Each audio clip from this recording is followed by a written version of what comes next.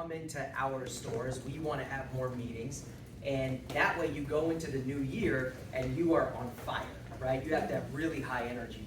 Trust me, you do the average thing that people do, which they can do because a job, it doesn't matter, right? As long as you show up January 2nd, you're still gonna get that same paycheck.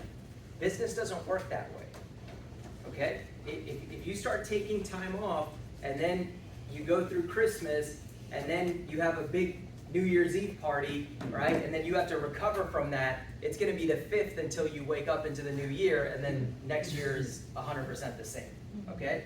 So we have to be on it right now. And I'm gonna talk about something a little boring today, but I do think, and it has nothing to do with what I just said, I just wanted to say that, but I do wanna talk about something because we have a bunch of new agents in here, we have a bunch of new licenses, and it's something that we don't talk about enough, but it's very, very important, all right?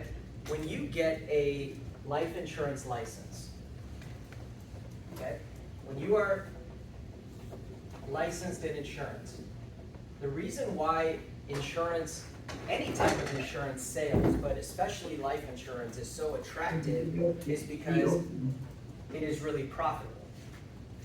So if somebody writes me a check for $100, how is it that if I'm a part-timer, I made $600 instantaneously? The amount of revenue collected from the client was only $100, but somehow what showed up in our account is $600. Just an estimate.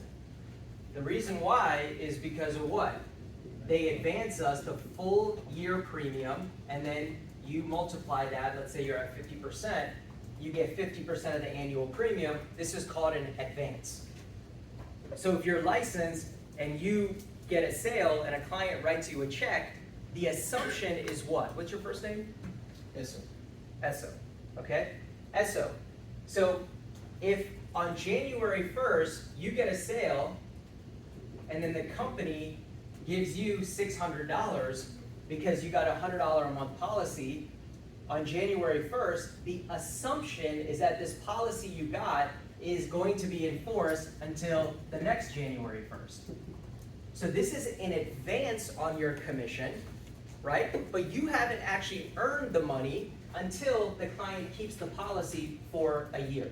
Everybody with me? Yeah. So that's the other side of making a lot of money in insurance is there's making money and then there's keeping money. You know, Xander watches the numbers really closely to some of the guys that he's competing with, and then there's this, I'll say it, I mean, there's this one team in Virginia that's at his level.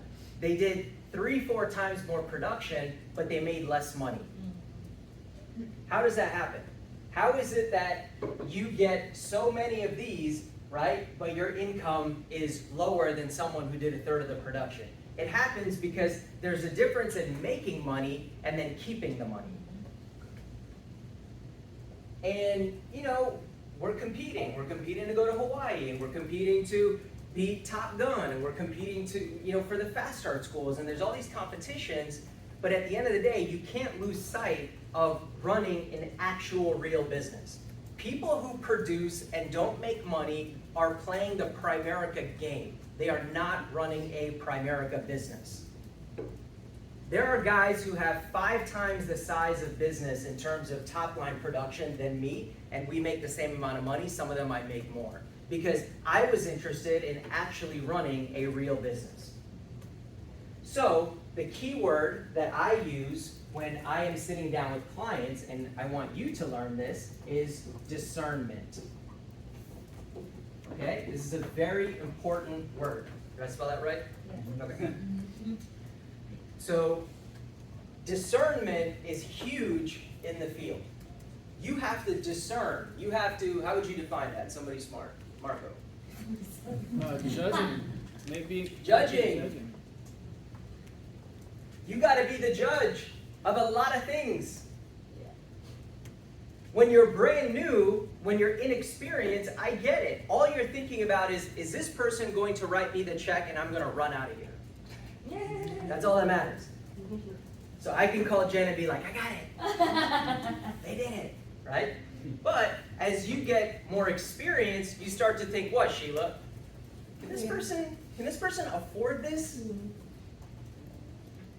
Is this person going to answer the call from the medical company? Are they going to follow through with their medical exam? If there's a hiccup with their, with some notes from their doctor, are they going to help facilitate? If this process takes a month and a half, are they still going to be with me? Are they responsible enough to pay for this policy for the next 12 months, not just 1 month, but 12 months? One of the things that I hate hearing, and it's like, I get it, man, we don't work with all the time wealthy people, but if you're writing an app for 50 and then they tell you, hey, I'm gonna need 10 days for you to process that, $50, you need 10 days to show up in your account? That's okay, right? But the problem is, now I have to think in terms of probabilities, can you maintain that for the next 12 months? Because you can't call every month and say, hey, hold the payment. Here's another thing. When you put in, I don't know if it tells the agent this, but it tells the RVP this. When you put in their account information, now with our technology, it actually tells us if they have NSF activity on their account. Yeah. Does it tell you guys that? I don't know. It doesn't tell you? So when it comes to me, and I look to approve the app, it'll say, this account balance is negative or there's a lot of NSF activity. Or if they're trying to give you a fake bank account, like you'll actually, the app itself will tell you to recheck the bank account number. Yeah. That is a whole nother thing. I didn't know that. Hey! Or they misread it. Yeah, it is an incorrect. He's lying. It says if it's not correct, legit.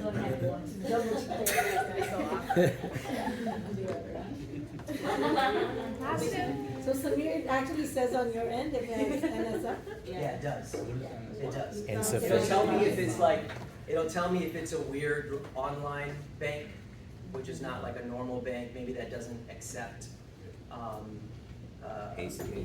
ACH automated debits. It'll also tell me if there's negative activity on the account, so it tells me those things. Now look, I've always said this about a low-income client or somebody that's struggling. I've always said, you can take those types of clients, but there's a very big difference between me trying to convince someone who's poor to buy insurance or someone who is lower income trying to convince me that this is really important for my family. I can't afford a lot, but this is important and I want it. Who am I to say no to them? But I don't try to convince broke people. If they're convincing me, I'm gonna take the policy. Does that make sense? Yeah. Because you don't wanna get into a situation where you get in a habit of taking apps from everyone that doesn't qualify from a financial standpoint, and then you're left with a negative balance. Okay? So the most obvious thing in terms of using discernment is knowing when to put in a policy with money or putting in a policy as a COD. All right? So I know a lot of you guys know this. Do you understand this? Yeah. You do? Important that you can issue the policy, but they want to collect the money only when the client is actually the first floor or when Approved. Approved, yes. Right, right. Because here's the thing. I can make a bet that they're going to get approved and everything's going to be okay. Or I can just delay getting that money until after we know beyond the shadow of a doubt that the client is going to get approved and that they've done their blood work. The vast majority of clients that we put in, we can put money in with the application. They will get the benefit of conditional coverage, which means if they die during the application process, their family will get up to $500,000, right? And then you get paid faster and you get production credit, which I know we all want. But there is some instances where the system will tell you this is what I call a high-risk policy. They've answered yes to some of the medical questions. When there is a yes to one of the medical questions, then right away that's a huge red flag. And 90% of you guys in here, if the system says that you should not be collecting money with the application, you should not be overriding that. That's another thing. When it comes into my queue, it'll say COD was recommended, and it's highlighted in red. So it'll tell me COD was recommended, the agent is putting it in with money. So then I have to go back and forth and figure out, hey, what's going on here, okay? So if it's a high-risk policy, weight, prescriptions, we talked about this on Saturday, medical background, then we want to use discernment in terms of COD or not. COD is not a big deal. Nowadays, on average, Sheila, if there's no issues, how long does it take for the client to get issued? Well, about 6 to 8 weeks. It just depends on how fast they get, you know, the outstanding medical requirements from the That- physician. That seems long to me, maybe you're talking about a Yeah. problem policy, Yeah. but what about like a normal policy if they do blood work next week? Oh, 2 to 3 weeks, 2 really. to 3 weeks. It's been Right? faster. So what's the big deal? COD, right? Like right now, if you took a COD today, it's still going to be issued, you're gonna get paid, you're gonna get credit a couple weeks from now. There's no reason not to do that, okay? So if you're unsure, just go COD. Here's another reason I do COD, which is very rare, but again, it does happen. You sit down with a client and they say, look, I'm comparing it to you and another company. Well, now you're relegating this down to cost. Obviously, I haven't done a good job showing you value. And if it's just gonna come down to cost, why am I gonna put this in with money? We have to see what the rate is. I'm gonna do a COD, and then you can determine later on what you wanna do based on what the cost comes out as. So when people are what we call shopping you wanna do COD in that scenario. Because there's just too high of a risk. They could get approved, they could get a good rate, but maybe it's $2 more than the other company, which is whatever they care about, right? Yeah. So, another thing is the classes. So when we quote someone, it'll automatically default for females to what? 4? Yeah. Okay? Yeah, 4. Class 4. So there's 1, 2, 3. For female, it'll default to 4. For male, 6. it'll default to 6. Now, if you know the person, if they're talking about running marathons and you know that they're healthy and all that stuff, then okay, maybe what can you go down to in the quote system for a female? For a female, what can you go to? I In the quote. can't, it won't let, it can do 1 to 4, right? 1 is the healthiest, but. You can quote 1? Yeah. No, I'm saying what can you put the application in? No, it's only 4. It's only 4? Uh-huh. It's only 4. All right. So it's always going to be 4 or 6 for male, but we can show them Yeah. what it could potentially be. Correct. Okay? So if someone's really healthy, you say, look, what it's telling me right now at a 4 is that your policy is going to be $100 a month.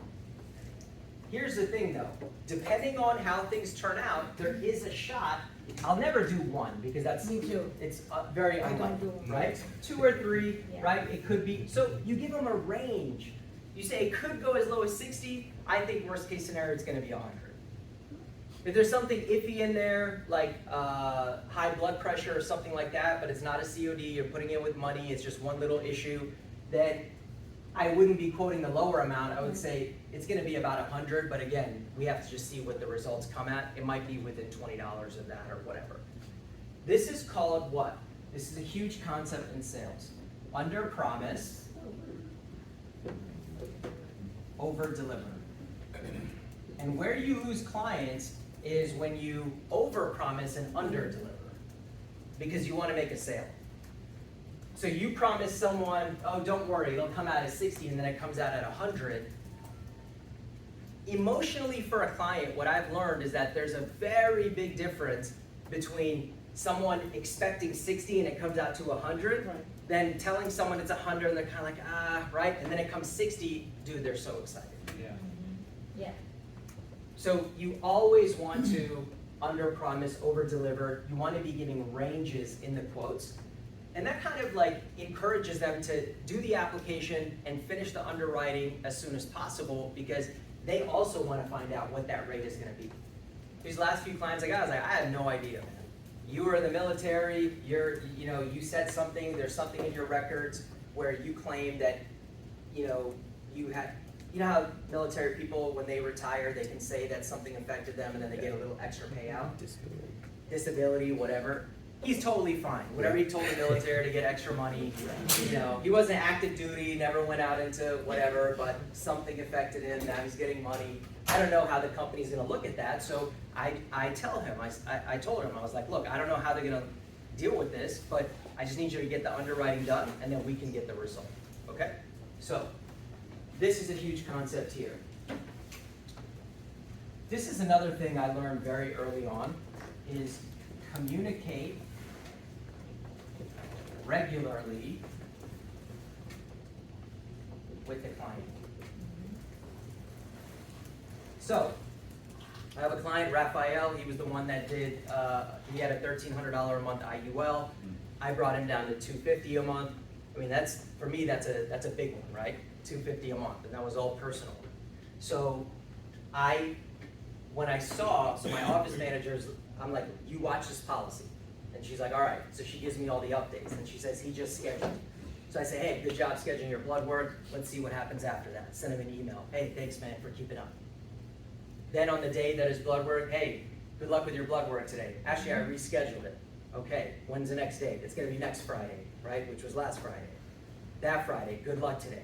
Then he completes. I get an email saying that he completes from exam 1. All right, man, I see that you finished it. He knows I am on it. I'm staying on top of my business. This is thousands of dollars. Thousands of dollars for me, right? So I'm on top of it. $3,300 to be exact. Wouldn't it, if that kind of money's on the line, and $3,300 for me, maybe for you that's $500, $600, $700, $800, $1,000, whatever it is, you have to stay on top of it. But when we're new, you know what we do? We're scared to call the client. We put in the application, they never hear from you until after the policy's issued. Like, hey, remember when you applied for that? So I'm very good at keeping up with them throughout the process. Something pops up. Hey, it looks like they are looking into your military stuff, so I'll let you know if there's any hangups, but our company's pretty good at getting that information. If I need a disclosure or whatever, I'll let you know. So there's very little possibility of someone changing their mind or whatever, and I figure out ways that I can apply some urgency in them getting stuff done. Like, dude, that next payment is gonna come out, right? $1,300, we gotta get this issued before that next payment comes out so you can cancel that thing. And of course, we can tell them to change it to quarterly, which is a different conversation. So, communicating regularly with client. Here's another thing that I do. After my first meeting with the client, a lot of times we will get their life insurance that first meeting, sometimes we won't. But whatever we discuss, I will send them an email with a summary. It's just professional, right? And because I'll probably forget too. All this stuff. He has three 401ks. He has about the $1,000 a month that we're gonna save on his insurance. And of course, he has to get his policy issued. He wants me to help him calculate what his government pension is gonna be, military pension, retirement. So I'm just making a list so he doesn't think I'm just giving him insurance and I'm gonna run away. So I send him an email summary. These are all the things that we discussed. These are all the things that we need to get done, right? I just wanna put this in writing so you know these are the things that we're gonna be discussing as we move forward. It's just professional. And if you wanna make real money, you gotta act like a professional. What was your question, Alexis? Do you prefer to use email or text? If we're talking about professionalism, I would probably use email. Not for all the communication. That's a good question. Right? If it's for the blood work and all of that, then you can do those texts. But an email summary, Oh, yeah. I think that's good as Right. Oh, definitely. a summary is going to be an email. The rest of the communication, I also kind of notice how my clients, the ones that are super professional as well, they just love email. Just like Shaq says, they're just always on their computer, they're always doing email. Their email is like text, right? So they're just, any little thing they're emailing. So I'm going to use their preferred method, and a lot of times that will be email for some people. Sometimes it's text. Yeah. When it comes to keeping a policy, what happens if a client drop the policy after 6 months? Yeah, so that's if they kept it for 6 months and you got advanced on 12 months, Yes. then logically that would tell us that you owe 50% of your commission back. So 50% was earned, 50% you paid back. So if you made 600, they won't take the whole 600 back, but they'll take back the 300. Now your account is at a negative, that's okay, the next one will come and it will clear that one out. And this is something that, Xander, I was gonna talk to you about and I'll tell everybody. So Xander is field training someone in Arizona and has been on the Zoom right now. So he has befriended the parents of this young agent that he's training. And the parents do not need insurance. They're really financially independent. But they want to help their son who just got licensed, and they want to help Xander as well. And so they did 2 big policies, COD, and we're waiting to get them approved, and he's in contact with them. You know what I think would be, it's kind of old-fashioned, but it's really nice. I think a physical thank you card, it still goes a long way today. So if I'm really trying to protect myself and build a relationship with someone, I think that a physical thank you card, I mean, how many sales are we writing where someone really deserves a thank you card, you know? 2 or 3, that's not a big deal. And it's very, very old fashioned. You can send an email saying all the same stuff, but I just think it shows an extra effort, especially because very few people do it anymore. And it's a nice little surprise if they ever even check the mail. But in an older demographic, they will. I think that this is big. Imagine his dad and mom, they open up a card and be like, I really appreciate you trusting me with this transaction. And I'm gonna do my best. I'm gonna offer you the best customer service. And they open that thing. If there's any thought of them ever wanting to cancel, at that point, they're just like, you know, Yeah. just forget it. We'll just keep this, Yeah. right? And that's what you want. You want to just pile it on to protect your money. And once you do these things, it becomes a habit. And then right now, you're going to be forced to do it because I'm telling you this is the right thing to do. At some point, it becomes a habit, and that's how you get better at people skills. All right? Do things go wrong, okay? We are in customer service. We are running a business. Things go wrong.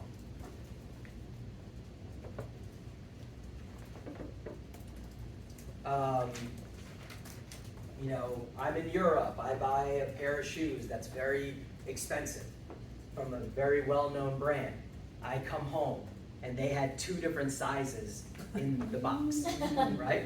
And this is it's a very high-end, things happen. And then you go to a local store and they're like, we don't deal with stuff from Europe, but hey, this is a lot of money and it's not my mistake, and they're gonna fix it. And they fix it right away, right? So I'm not gonna be like, oh, that company sucks, no, it's how quickly did you respond and take care of my issue? That's the thing. Things can happen, don't overreact. Sometimes if you don't like the company's decision or something crazy happens, like Sheila had something I'd never seen before. Client made a payment on her policy, Primerica saying, no, that payment never went through, and she showed the bank account, she's like, this payment came out, and we proved it. And the company, they fixed it. Now maybe the company didn't go as fast, but Sheila was on top of it with the client, I was on top, at least the client sees my representatives, regardless of the company, my representatives are on it. Things happen. You go to a really nice hotel, it could be $1,000 a night, and then you go into the room, you see something, the cleaner, whatever. It's all about what is management gonna do.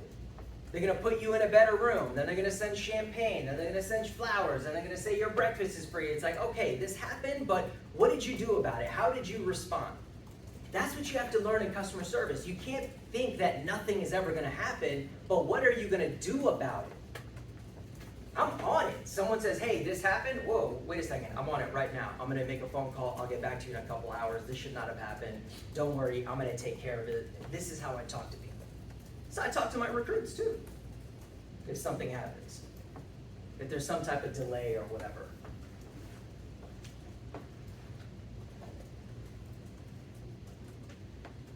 And the last thing before I bring Shaq up is when people want to cancel, Okay? Why do people wanna cancel? Could be many things.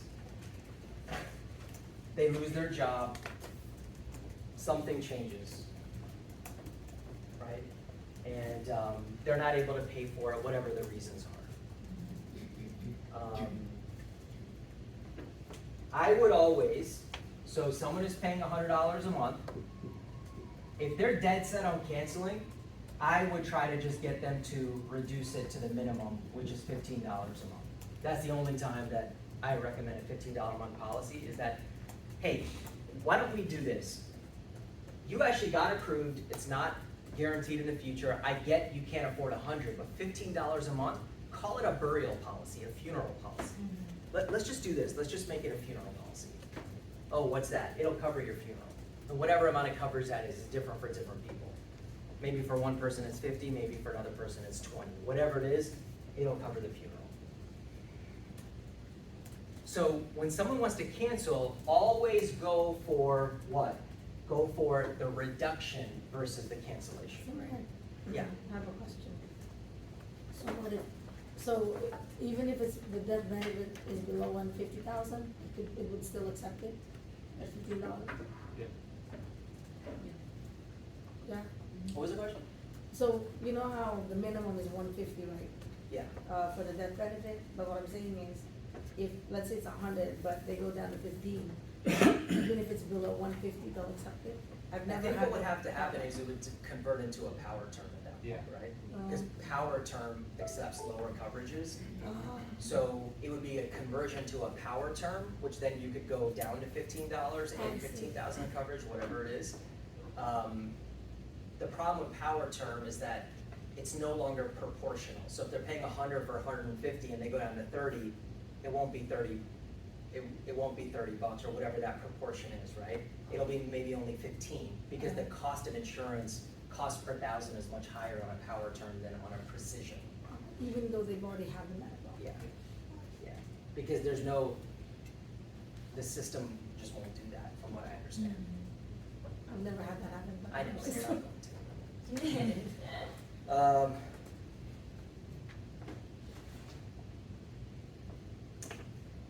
You know where, one more thing. I was talking to someone, they're like, where'd you get this sale? Where'd you get that sale? Where'd you get this sale? 'Cause it's insane how many sales I get from the happy birthday text. Yes. That is my biggest thing with my office manager. It's like, you gotta tell me when these birthdays are. And when I miss one, and I realize I miss one, for whatever reason I find out later on Facebook or whatever, that's the worst thing in the world for me. I don't wanna miss people's birthdays. So the CRM tells you, if you're doing your own thing on whatever, right? The CRM tells you when someone's birthday is, and every day you should be looking, is it someone's birthday? And I don't write them a whole story, I just say, happy birthday, Samir. Thanks, man, I was actually just thinking about it, I need to get coverage on my wife, cool.